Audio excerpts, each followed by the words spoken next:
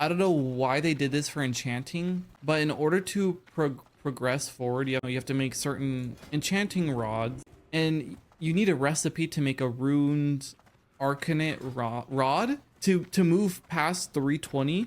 It's sold in Moonglade, and every single layer, there's like 5 or 6 people camping timed vendors. So if someone buys it, you have to wait a timer. So what's happening is bots are camping out this recipe.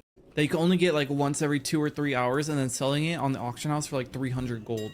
And the recipe costs like what, like 2 gold from the actual vendor? And then they sell it for 300.